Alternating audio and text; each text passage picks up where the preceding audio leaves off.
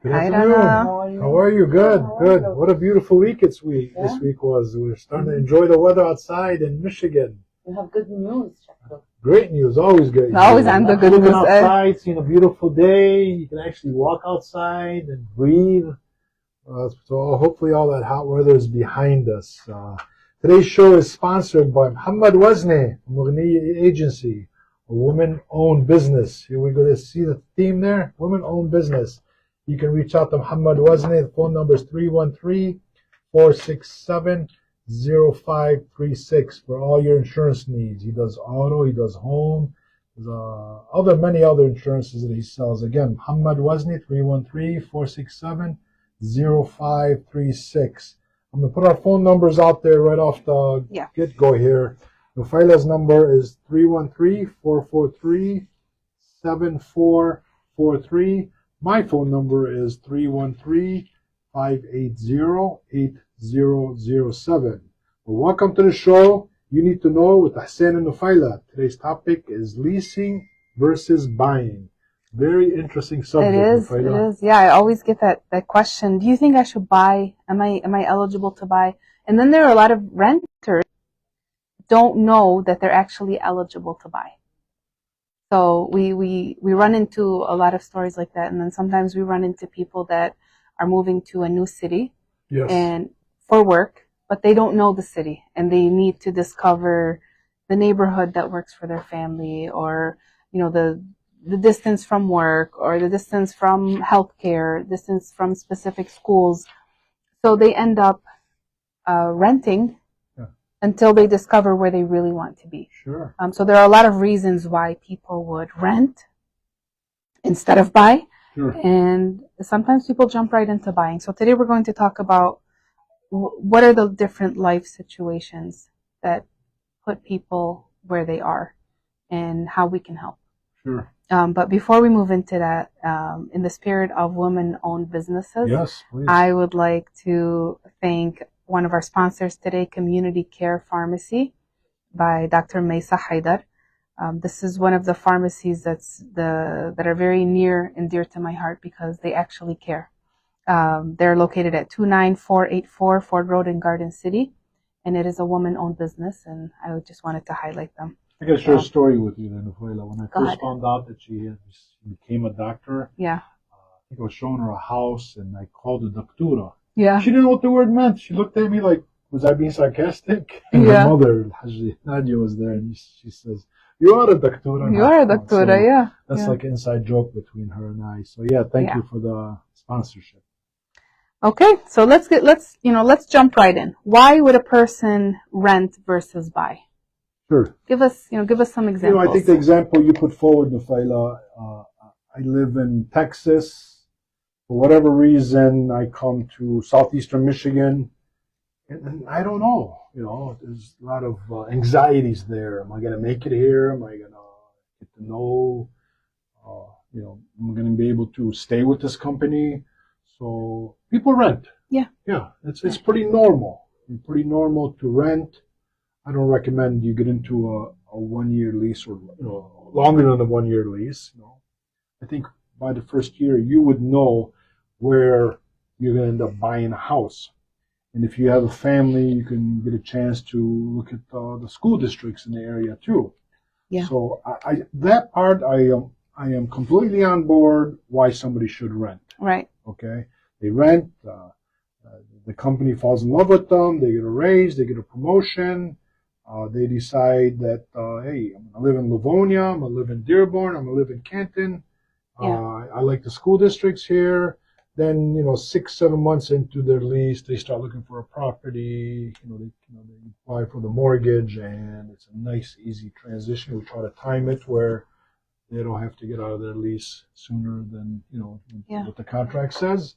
And it works. Yeah. It works, and people are very happy. In my career, that situation occurred many, many times.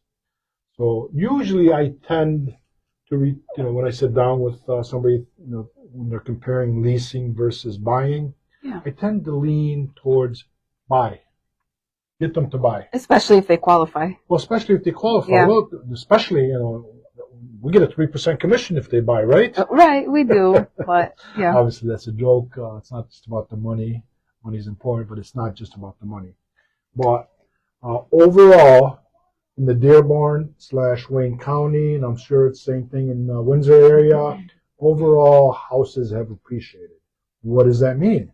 You bought a house 30 years ago, $35,000, an aviation sub. Lived in that house, paid it off. You decide to move into a bigger house, so you end up buying in the Crestwood area. Maybe a 2,000 square foot colonial. You sold that house in East Dearborn for $180,000. You took that $180,000 and you purchased a house. Back then, we used to sell those big houses in the Crestwood area for $180 or $220. You buy that house, cash. Then, a few years later, when your children's out of school, you want, for whatever reason, there's a lot of reasons, you end up going to buy a house in Northville or Plymouth. Right. And that $180,000 house now is worth $500,000. Talk about creating wealth in real estate.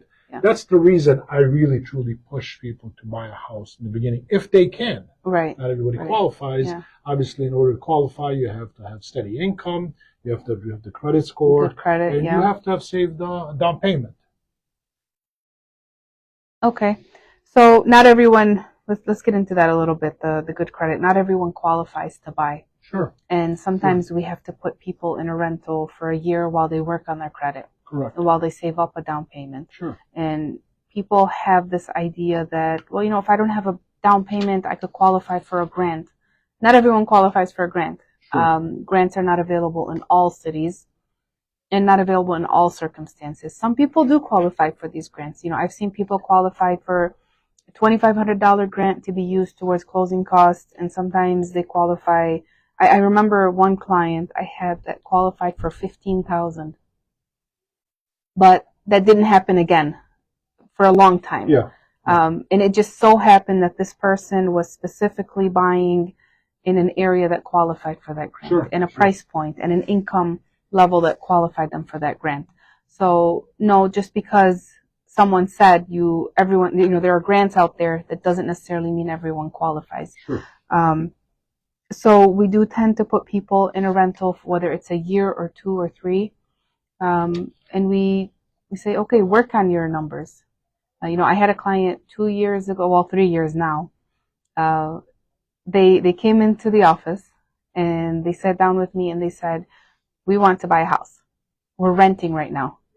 And I said, what's going on? Why do you feel that you need to buy now? They said, well, we're in this house. We're a family of 5.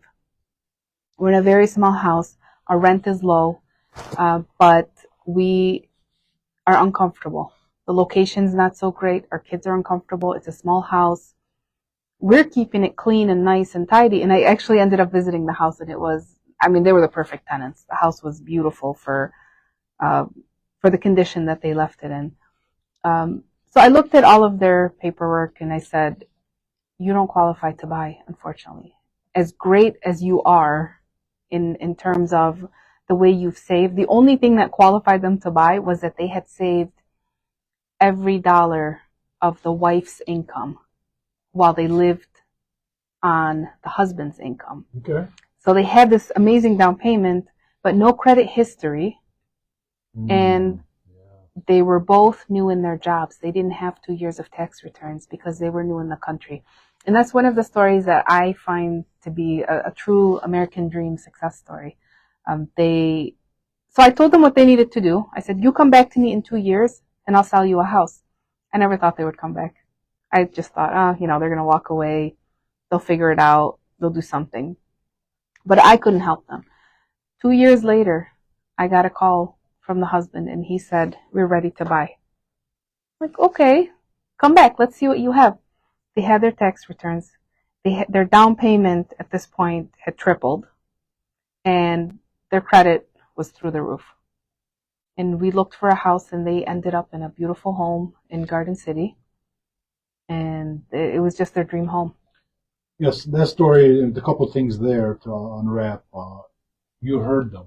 I heard them. I did hear them, They felt yes. heard. Yeah. You didn't just play real estate. It's like, okay, this is not going to work out. Let's just move on to the next one. Yeah. The kind of person that you are, you consulted them. Yeah. You put a roadmap for their future home. And they appreciated it, and that's why they called you back. And I remember you were talking about this transaction not too long ago. So good for you. That is a success story. Yeah. Let's unwrap the word grant you used. Not every reason I know what that means. Well, we hear, especially with some of the initiatives coming from Lansing these days under the MISTA programs. The MISTA programs, only some cities qualify, and sometimes it's just a little pocket of the city that qualifies for that for the program. So you probably want to talk to your professional realtor. You also want to probably consult with your mortgage company what you qualify and what you don't qualify for. Example. So I'm not going to beat up on any cities, but there's a city that the population is low and they're trying to get more people to move into that city to help with the school system, to help with property taxes and there is a program that the MISTA was offering $12,500. That's money that you do not have to pay back. You do not have to pay back. That's your down payment. Now, if your credit score is in the high sixes, low sevens, you've been on your job for 13 years, no breakups like that, that's the perfect candidate if you're willing to move into that city. But then again, a lot of people hear MISTA and they're like, they think it's just free money. It's not. It's not. It's not free money. You have to go through a class. You have to educate yourself because most likely you're a first-time buyer going through this. You have to educate. You have to get an education on property taxes, home insurance, home maintenance. It's a pretty cool program. Now, with that being said, you don't have to wait, Nofila, for. I mean, you know that, and I know that, but most people don't. You don't have to wait to qualify for a grant or a MISTA program in order to get into house minimum down. No, that's true. So there are FHA mortgages out there where minimum down is like 2.75%. You're buying a $200,000 house, right? For about $5,500 of your own money, or it can be gifted. Yes, you can get a gift. Just to clarify what being gifted is, if maybe one of your parents or one of your siblings has money in an account and they're willing to gift to you, not loan you $5,500, that can be your down payment. That could be your down payment. But payment. Again, it's very important to have your good credit in order and be on the job for 2+ years. I just wanted to clear that up about grants. Yeah, that could be an early housewarming gift. What's that? The gift could be an early housewarming gift. A lot. Yeah, it does. I've talked to parents said, you know what, I was waiting for her to buy her house and was planning to give her a little, maybe pay the first 6 months of her house payments, and it works. It works. But it's got to be money that's given to you, not loaned to you, because guess what? The bank don't want to hear that they're going to give you 97% of the value of your home. By the way, you also borrowed money to get into the home. The banks don't like you paying other people. They want you to pay them. Right. Yeah. People talk to us about the pros and cons of renting versus leasing. I guess it's going to be a day of stories today. So about 8 years ago, 8, maybe 9 years ago, I had a client, I had a lease listing. And this client came to me and said, I want to lease this house. I moved here from a different state and I don't have family here, but I'm renting. At the time, she was paying almost $1,700. 9 years ago, $1,700 for rent was a lot of money, right? And she was leasing a condo. And it wasn't that nice of a condo. It was supposed to be a luxury condo. Nice. But I didn't see the luxury in that condo, okay? And I said, if you're going to pay $1,700, why don't you buy? Because I saw her credentials, because when people rent, right, you have to run their background check, you have to run an application, you run their credit check, and you do an income verification. Of course. So based on what I saw, I said, why aren't you buying? She said, I don't know. Nobody's ever asked me to buy. Well, I said, why does somebody have to ask you to buy? She said, I've never thought about it. So she was a young engineer. I remember this one. Yeah. You remember this one, right? Yeah. So I sold her a house in West Dearborn. I think it was maybe $160,000. And I can tell you today, this house is worth probably $375. Yeah, yeah. This was only 8 years. Can you imagine if she had continued to rent at $1,600 a month? And the same condo she was renting back then for $1,600 is now $2,300. Yeah. So her rent would have continued to go up, and she would have paid for a house while in the last 8 years. But now she actually built equity. Good You know, stuff. I love that story. what does Instead it of making mean somebody else's when people are mortgage payment. exactly you're Yeah. making your own? Yeah. Yeah. What does it mean when people build equity in their homes? Why don't you tell us about that a little bit? Building equity in your home happens in two different, overall, two different ways. So your payment is $1,200 a month. You have the luxury of an extra $300 in your budget. Yes. That you don't need. Instead of making that $1,200 payment, you make the $1,500 payment. It might not sound like a lot, but guess what? That's an extra $3,600 a year that you're paying towards your house. In 5 years, that's $16,000. So that's about, let's say, about $20,000 that you build equity in. The other way you get equity in the house is the word I've been using, appreciation. If that $200,000 house is appreciating at 10%, right? That's at the end of the year, that's $20,000. Another 10 to 12%, that's another. So very easily, after a few years, you build an extra $100,000 in equity in your property. Yeah. The other. That's a good question. Before we move on, I want to clarify something. Sometimes when you put less than 20% down, you end up paying a private mortgage insurance. PMI. You have to buy a policy, PMI it's referred to, private mortgage insurance. Not too many people pay attention to this. Before I put this out there, I'm going to give the phone numbers out again to call. Because if you have any questions on the subject we're talking about, please call. Again, I want to thank CINA Radio for giving us this opportunity to put all this information out to help the audience. Phone number at CINA Radio Studio is 313-769-6666. 313-769-6666. Nofila and I are here to answer your question. So going back to the private mortgage insurance. Yeah. So you only put down 10%. You buy a policy to the bank, PMI insurance policy, for the other 10% in case the bank, for whatever reason, has to foreclose on you. People forget about that, and they keep making payments. Right. Sometimes it's like $200, $300 a month. Depending on your mortgage amount, completely forget about it. I keep a little tab to, call Joe, 2 years from now to check on his private mortgage insurance. If you build the other 10% in equity, like paying down your mortgage or your house appreciating that amount, you can actually cancel that private mortgage insurance, and you got a couple extra $100. Guess what? To parlay it into the mortgage, to pay off that mortgage, and it just snowballs out of there. Yeah. So there are other ways that people can also build equity. I have a client that once a year they come to me and they say, okay, we saved up $10,000 throughout the year. We want help putting it to pay down some of our principal. Sure. And then you don't have to come to your realtor to do this for you. You can do it yourself if you know how. Yeah. On your mortgage bill that comes every month, you have the option to pay your regular monthly payment. Sure. You have the option to pay a little bit of the principal. And so when they come to me, we always make that payment toward principal. It takes away from the overall balance of their mortgage. Sure. And that's $10,000 this year that they don't have to pay interest on. Correct. Because you are charged interest, per day with a mortgage company. Sure. That's pretty similar to making a little extra payment. I can understand you're trying to save that into your savings just for like a rainy day. If something happens, you got to place the roof, the furnace goes out. That's a smart way. Yeah. But that's just another way to add equity. Yeah. Very, very smart. So I'm going to tell you some of the pros and some of the cons of renting. When you're renting, you have a lower upfront cost. You're paying the first month's rent. It used to be 1 month deposit. Sometimes you'll get away with that. You'll find a landlord that's willing to take 1 month deposit. But the allowed amount is 1.5 months. And most people will take that whole 1.5 month for a deposit.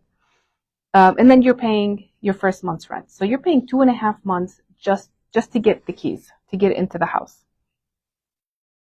And then it's a little, sometimes terms are a little more flexible. So if you're coming in from a different state and you know you're going to move again in a year, a 1 month, a 1 year lease is good.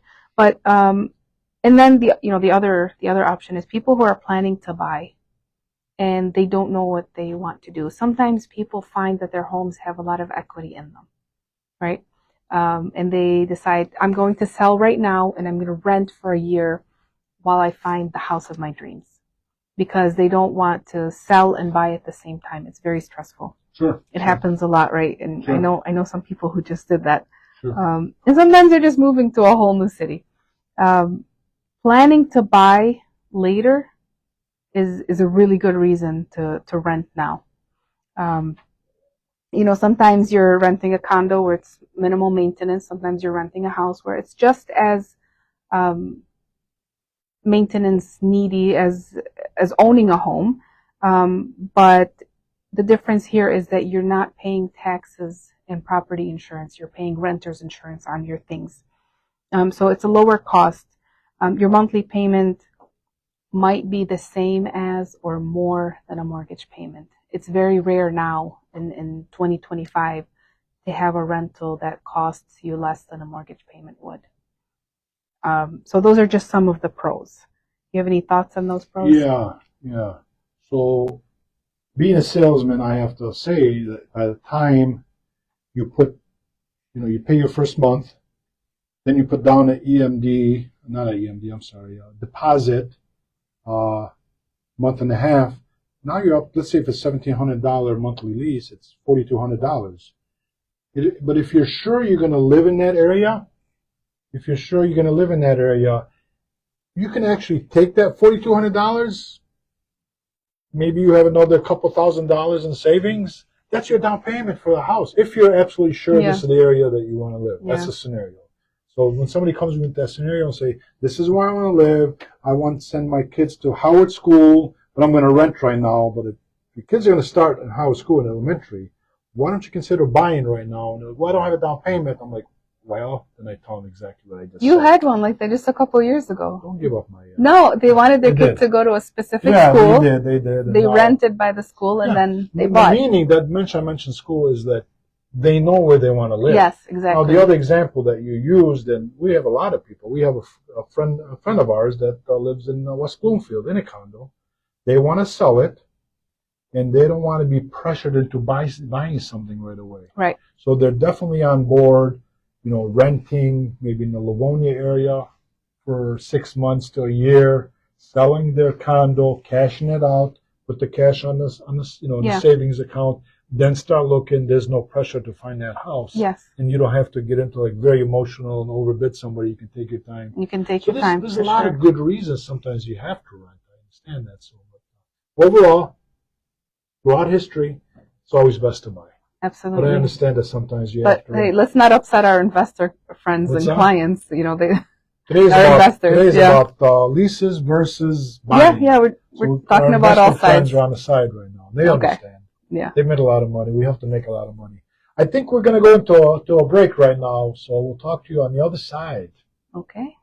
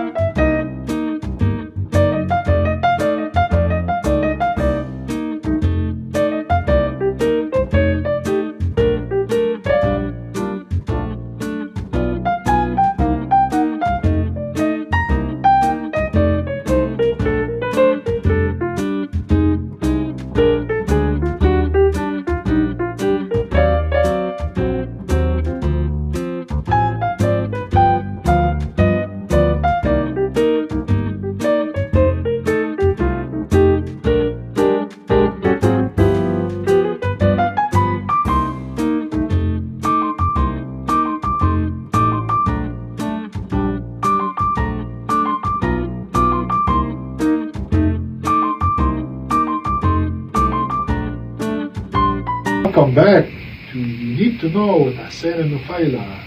We're having a great discussion here. I just want to throw out Muhammad Wazney's name one more time. Thank you for sponsoring today's show. Muhammad Wazney with Mughniya Agency, woman-owned business. They have homeowners policies, auto. For all your insurance needs, contact Muhammad Wazney. The phone number is 313-467-0536. And if you need more information on Muhammad, you're welcome to contact me at 313-580-07. Well, let's continue this discussion, Nofila. Okay. Great. We don't want to get into negatives, but let's talk about the cons of renting. You're not building equity. We mentioned that a couple of times already. Sure.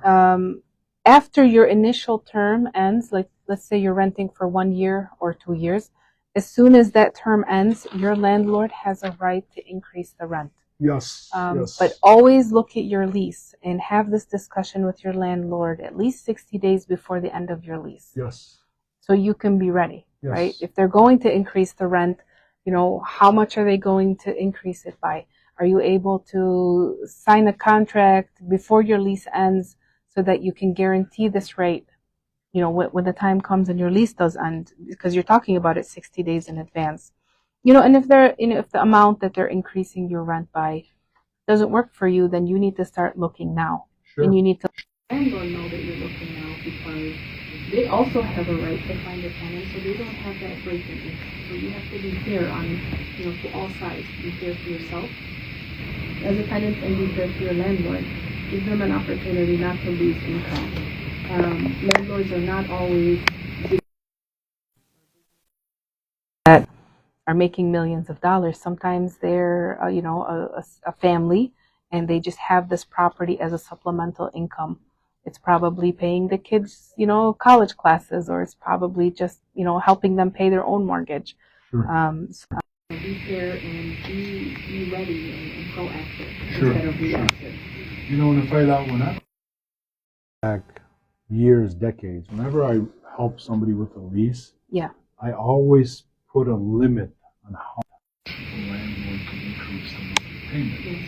It didn't really matter back then, let's say 10, 15 years ago, because if you're renting something for like $850, that landlord's taxes go up a little bit, maybe the insurance goes up a few dollars, and he comes back at the end of the lease and says, I'm willing to renew the lease, but I need to charge you $875, an extra $25, or maybe stretch it and ask $900. But in today's market, I feel so bad for renters right now, Yeah. because I'm hearing some horror stories.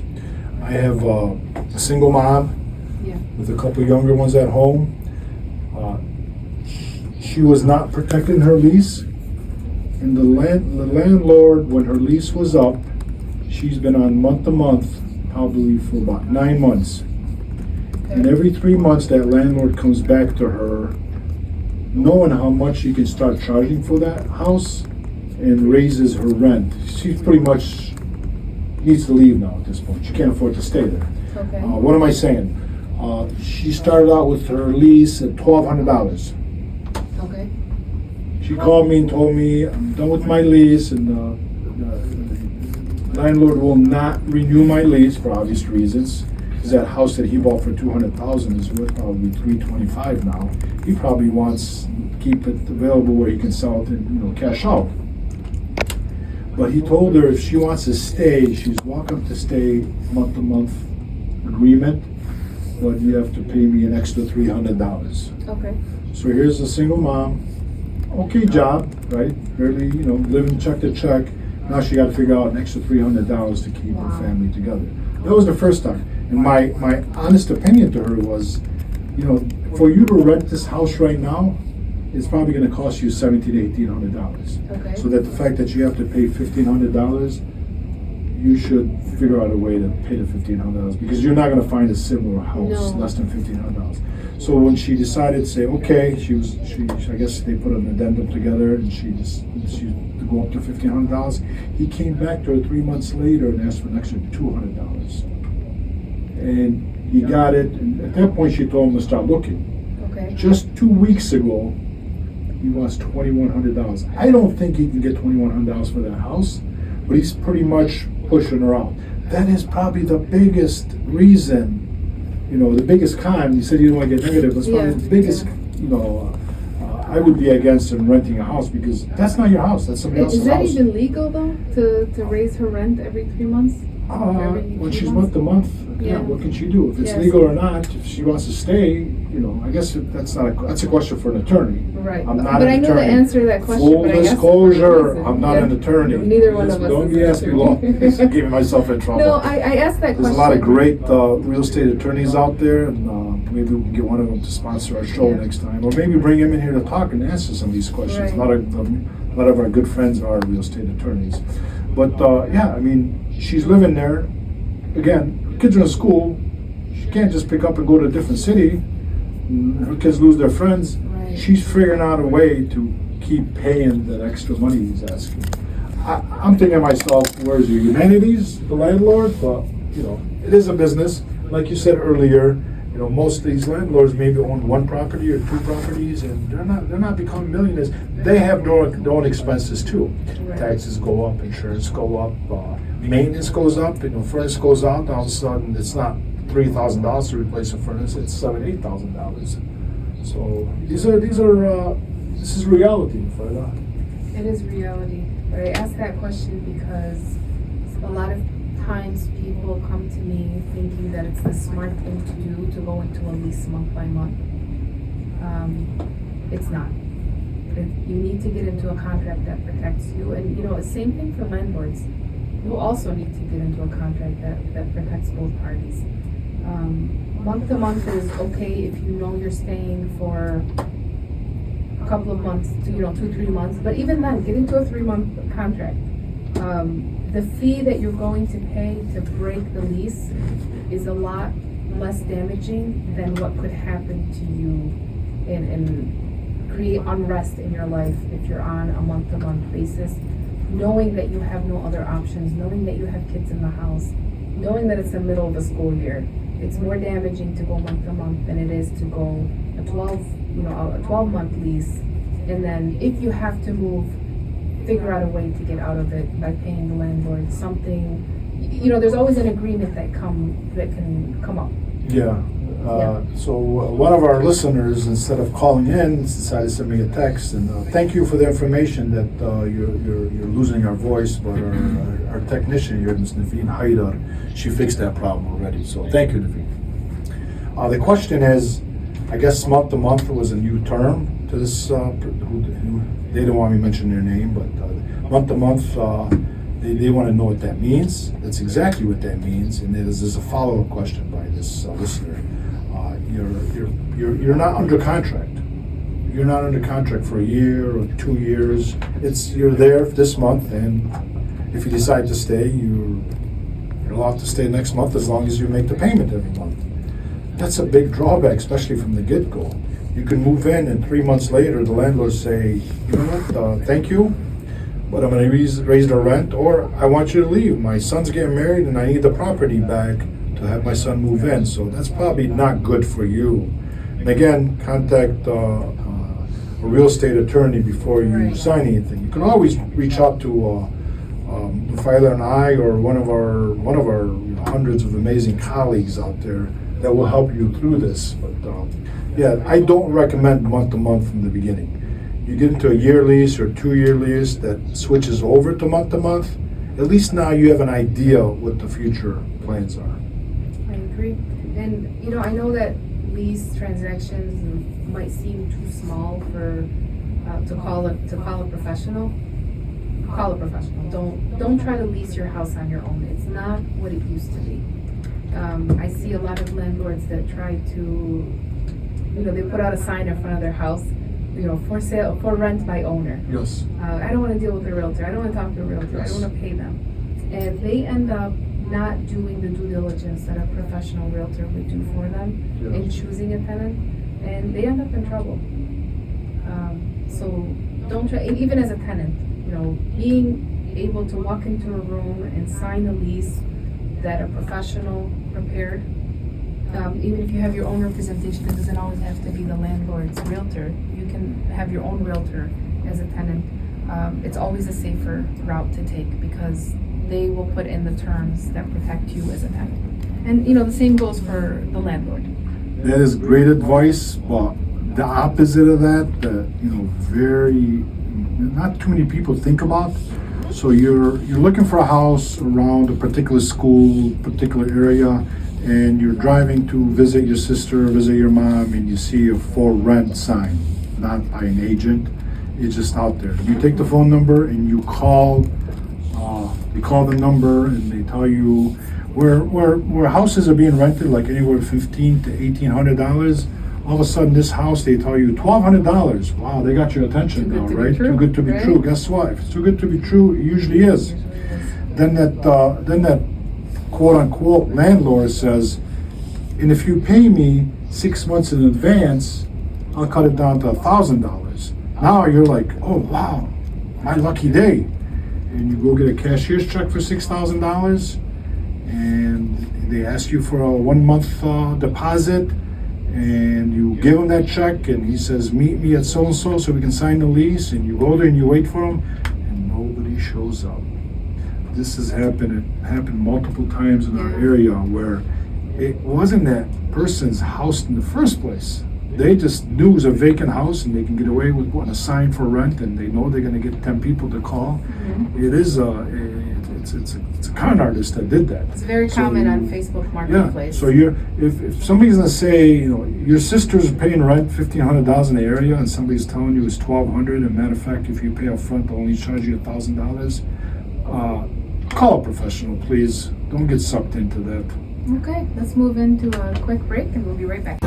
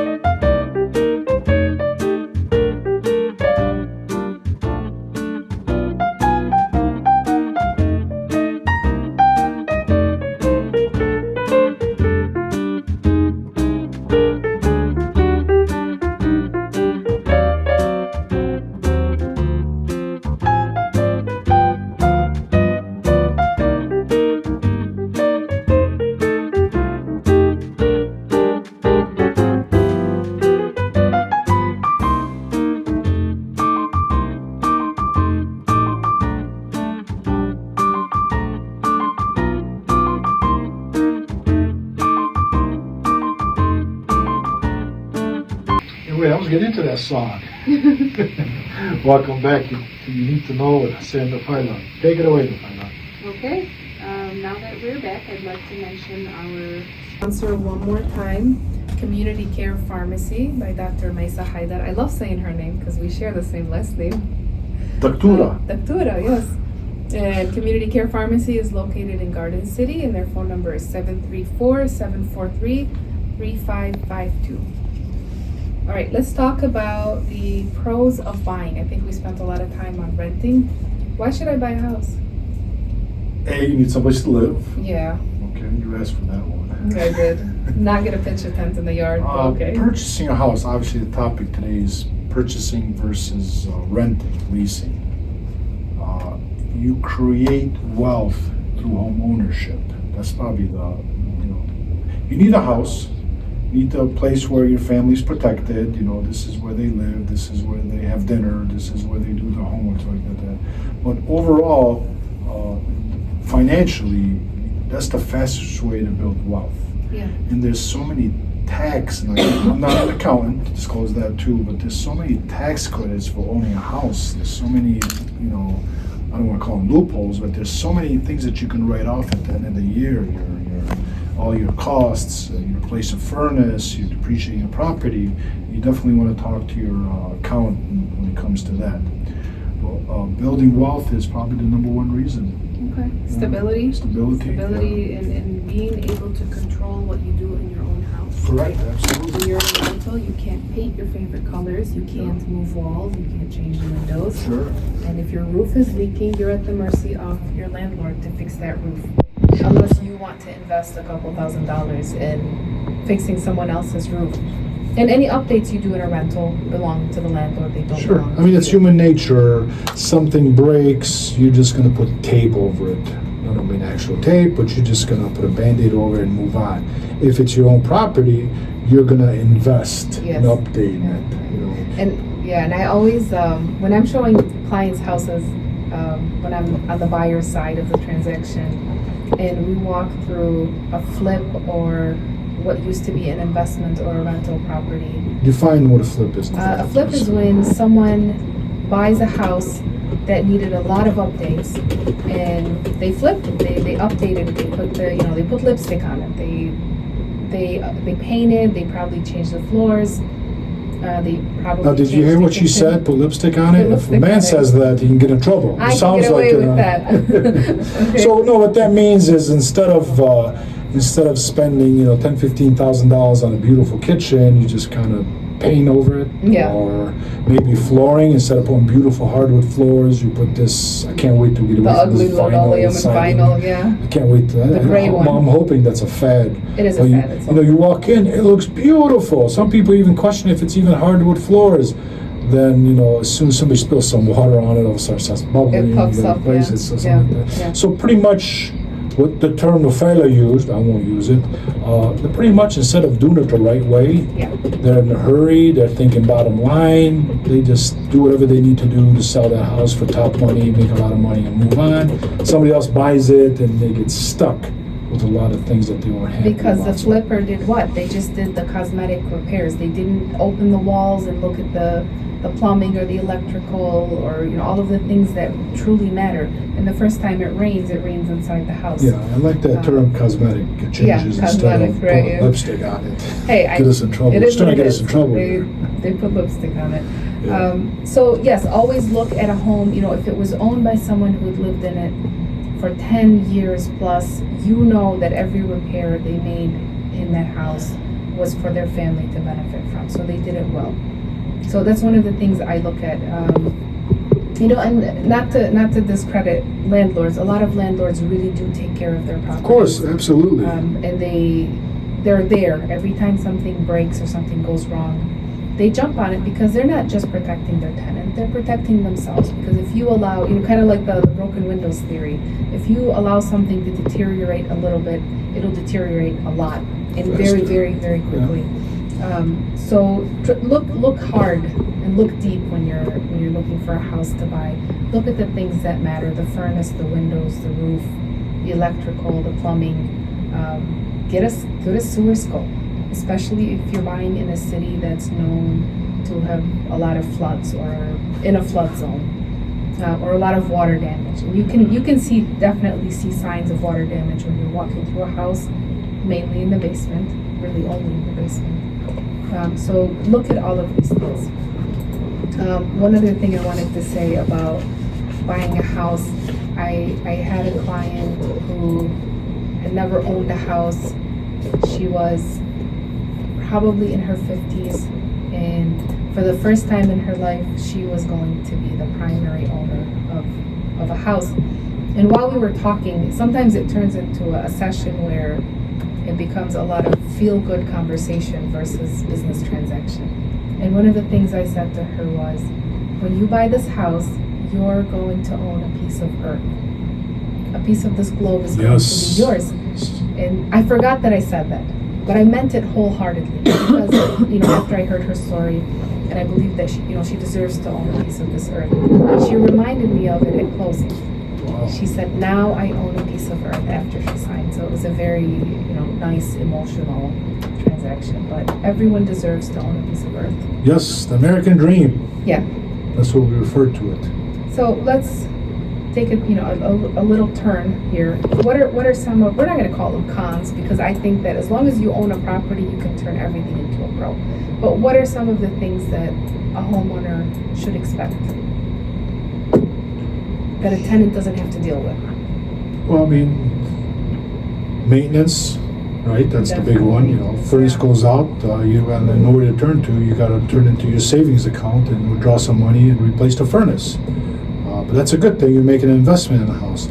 I can tell you about the house that we just sold in West Dearborn. Yeah. I don't have to put the address out there, but we just sold a house in West Dearborn. Original owners, built in the early 80s. And this is a house that everybody that's walked into says, wow, what a well taken care of house. Yeah. Well, I learned from the owners that every year they budgeted X amount of money to maintain the property, and it shows.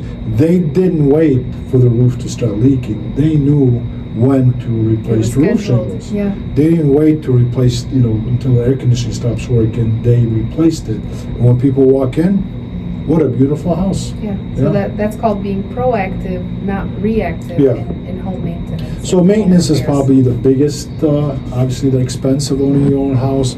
And sometimes, let's put it out there, sometimes you move in and you're excited and you start looking around the neighborhood and people are nice. So you're pretty much stuck there with these neighbors. I've seen it where people actually end up moving out of the house because they just weren't happy. What a great show, another great show we have here. I know next week we're going to be going back to education topics, and we're going to be discussing anti-bullying and mental health. That's so important, especially now that we're going back into schools to kind of get ahead of things. Hopefully we can get a guest speaker. We are talking to somebody joining us as a guest speaker in this department. So anything else you want to say, Nofila, before we wrap up? No, I'm actually very excited for next week's topics because mental health is there. I know it's in the past it was a stigma to talk about, but it's there. We need to talk about it. We need to consult with some young people that have experienced it. And bullying in schools and in workplaces and in life in general exists, and we also need to destigmatize that and have this conversation on the air. So today's Friday. I wish everybody a beautiful weekend. The weather's going to cooperate. Get out. I know we have a family picnic tomorrow. Go to a park, enjoy, go to a lake, enjoy your weekend. And we'll see you next Friday.